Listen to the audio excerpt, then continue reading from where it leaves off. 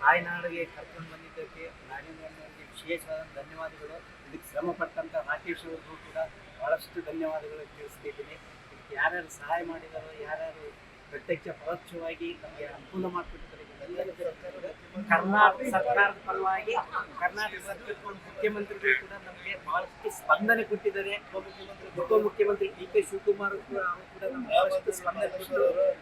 Parameswaran sir ಅವರು ಕೂಡ ಮತ್ತು ಎಲ್ಲ ಇಡೀ ಸರ್ಕಾರನೇ ನಮ್ಮ ಜೊತೆಗಿದ್ದು ನಮ್ಮನ್ನ ಈ ದಿವಸ ಇಲ್ಲಿಗೆ ಸೇಫ್ ಆಗಿ ಕರ್ಕೊಂಡು ಬಂದಿದೆ.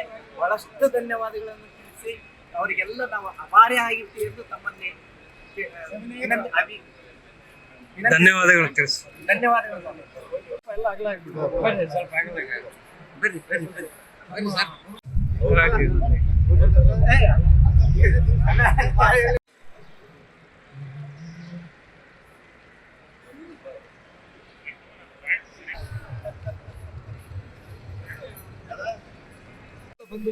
ಬಹುಶಃ ನನ್ನ ನಾಗೇಂದ್ರ ಹಾರ್ಟ್ಲಿ ಫ್ರೆಂಡ್, ನಮ್ಮ ಮಂತ್ರಿಗಳಾದಂಥ ಶಾಸಕರಾಗಿರುವಂತ ನಾಗೇಂದ್ರ ಅವರ ಒಂದು ಬಹಳ ಸಾರ್ಥಕ ಫಲ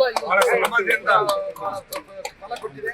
ಅವ್ರು ಬಹಳ ಡೇ ಒನ್ ಅಲ್ಲಿ ನನ್ನ ಮಗನಿಗೆ ಕಾಲ್ ಮಾಡಿ ದುಡ್ಡು ಎಷ್ಟು ಬೇಕಾದ್ರೆ ಖರ್ಚಾಗ್ಲಿ, ಐ ವಾಂಟ್ ಮೈ ಪೀಪಲ್ ಅಂತ ಹೇಳುವಂತ ಸಂದರ್ಭದಲ್ಲಿ ನಾನು ಅಲ್ಲಿ ನನ್ನ ಕೆಲವು ವಿಧಾಯತಿ ತಂಡದವರಿಂದ ಇವರನ್ನು ಮೀಟ್ ಮಾಡ್ಲಿಕ್ಕೆ ಹೇಳಿದೆ.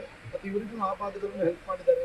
ಬಹುಶಃ ಇಂತಹ ಸಂದರ್ಭದಲ್ಲಿ ಈ ಸೇವೆಯನ್ನು ಮಾಡಿದಂತಹ ನಾಗೇಂದ್ರ ಅವರು ಆದಷ್ಟು ಬೇಗ ಮಂತ್ರಿಯಾಗಿ ಬರಬೇಕು. ಅದೇ ತರ ಆಗ್ಲೇಬೇಕು. ಮತ್ತೆ ನಮ್ಮ ಎಲ್ಲರ ಆಶೀರ್ವಾದ, ದೇವರ ಅನುಗ್ರಹ ಅವರಿಗೆ ಇರ್ಬೇಕು. ನಮ್ಮ ಕ್ಷೇತ್ರದವರು ಎಲ್ಲರಿಗೆಲ್ಲ ನಾವು ಬರ್ತಾ ಇರ್ತೇವೆ. ಬನ್ನಿ ಬನ್ನಿ ಸರ್.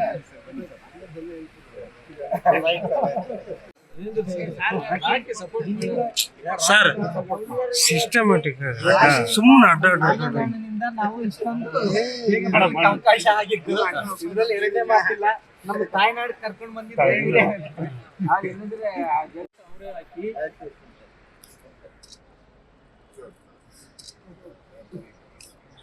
ಈ ಕಡೆ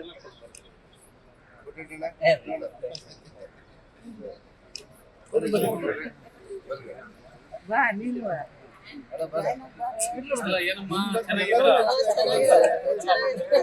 ಪುನರ್ಜನ್ಮ.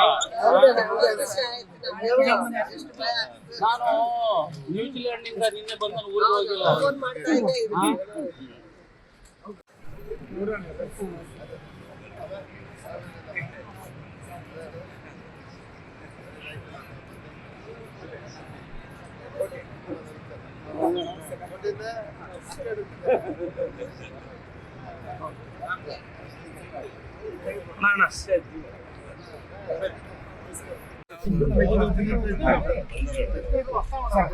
ಸರ್ ಸ್ವಲ್ಪ ಸೈಡ್ ಬರ್ರಿ ಸರ್.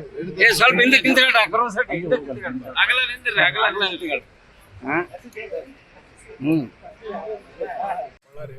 ನಾವು ಸಾರ್ ಕ್ಷೇತ್ರದವ್ರು ಅಲ್ಲೇ ಇರೋದು.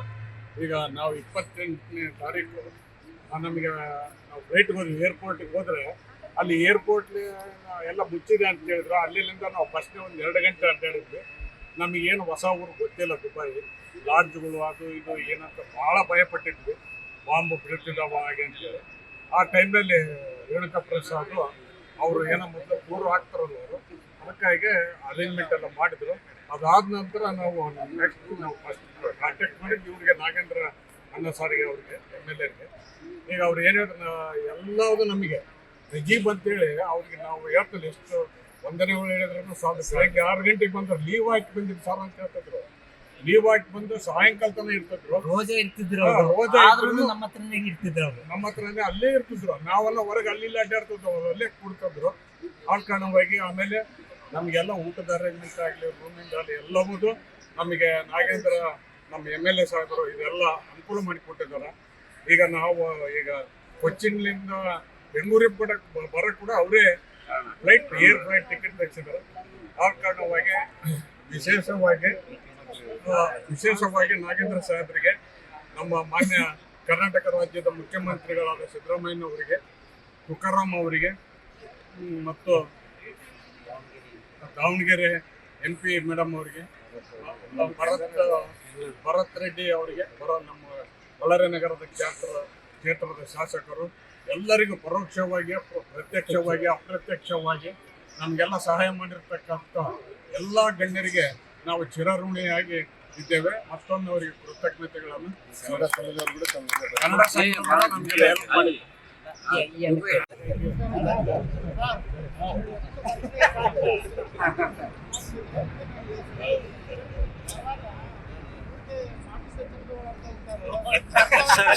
ಸೈಡ್ ಇನ್ನಷ್ಟು ಹೆಚ್ಚಿನ ಮಾಹಿತಿಗಾಗಿ ಫಾಲೋ ಮಾಡಿ ಬ್ರಿಗೇಡ್ ನ್ಯೂಸ್ ಕನ್ನಡ.